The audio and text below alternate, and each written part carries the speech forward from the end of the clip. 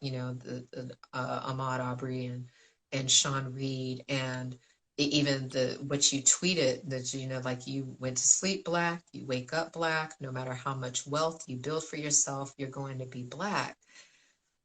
What came up for you? Like, why is what's going on right now, these news stories that are at this point just becoming too many hashtags, right? Why is that resonating with you? And why did that even resonate with you in relation to wealth? I think first and foremost, it resonates with me because it could be me, right? Like, I'm a black male in America, and there's, and I'm accomplished, by a lot of people's standards, right?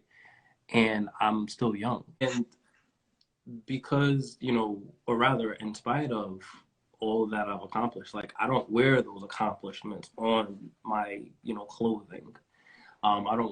There's not a big balloon over my head that says, like, nope, this one's off limits. Like, he's doing the right thing.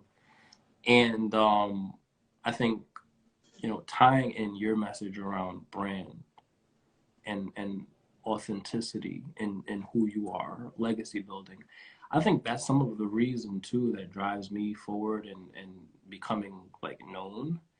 And that I don't think that it will ever give me a pass. I'm not, under that illusion by any means, but I think that, you know, when we think about the story of Ahmad, right? Like, Mhm. that happened 2 months ago. Right. And I only just heard about it, Mhm. this within this past week. And the only reason why we heard about it is because the video surfaced. Right.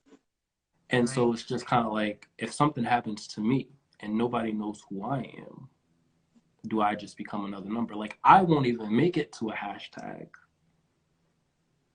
It's just something else that happened, and the narrative is controlled by the last man standing, right? And so, answering your question about why it resonated with me so hard outside of the world of finance, it's just that, like, it's like looking in the mirror, right? And I don't Mhm. watch those kind of things. I try very hard to stay away from it. Like, I don't watch TV, I don't watch the news. The most of the news that I get is through social media. And so I'm not quite desensitized to those images. And unfortunately, what I've seen in the world of social media is that there are very many young black men, like me, who have become desensitized to that image, who have Mhm. who have said, publicly or to me privately,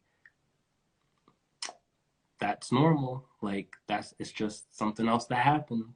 Like And I'm we like, just what? we normalize and just accept it. Okay, you just get shot. You just go Right, out your house and you just get shot.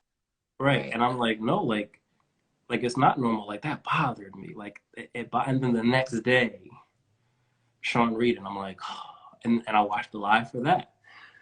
And it shook me to my core. I was in the middle of my workday, but I'm working from home. So, fortunately I was able to just kind of like take a breather and say, you know what, like, calm down. But like, it shook me. Like, I had to take a break. Like, my heart was pounding in my chest. Mhm. And I'm like, what happens if I get pulled over? Like, either I comply or I don't comply. But we've seen historically in both of those scenarios, like, there is the same ending. So um, it's hard. It's hard to see, and it's hard to push through that and not have it resonate with you and not have it be a part of, the sharing of your platform and who you are and your outward expression, right? In a perfect world, everybody is equal and we're all like colors of the rainbow, but Mhm. that's not the world that we live in. As it relates to wealth, though, and why I think it's important, um, is just what happens afterwards, right? You see GoFundMe pages for burials and for the Mhm. services. You have attorneys who are working sometimes pro bono, but sometimes, like, they're getting charged. They're charging. So how do you pay for that? Coverage, media coverage, especially when you're battling against a situation where the individual who committed the crime is in bed with the system that's supposed to be performing justice, right? Like this Right. person's former law enforcement. And so it's like, well, how do you make noise about this? We get it to the media. And so you're hoping that, somebody like Sean King or, you know, anybody else will blast it on their social media so everybody else Right. hears about it. Right. But if, like I said, if it doesn't, What happened? I'm just another person like that Right. happened to, just get swept under the rug. So um I think, like I said, there's always going to be that intersection with what financial power looks like, but not just in the after effects too, because I just think that with on a community level, right, not on an individual level. So we have billionaires in our community, but we have billionaires in our community. We're not a community of billionaires. Right. I think that when you have communities that are understanding wealth, that are commanding wealth, that understand the wealth that they command, because I think there's a difference.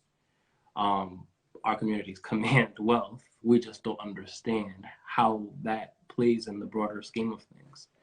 Then, then you can impact like the lobbyists. Then you can impact, what's happening in the politics. Then you can impact legislation. And so all of those things, that's power. That's economic power. And I have not built my platform directly on political or race or any of those things, but I'm very aware of those things, and I'm very aware of the fact that understanding first on an individual level, then on a family level, then on a community level, how to manage your finances, how to create generational wealth or multi-generational wealth, not just linearly, but you know, expanding outward, that we can make changes in the world around us, in our reality.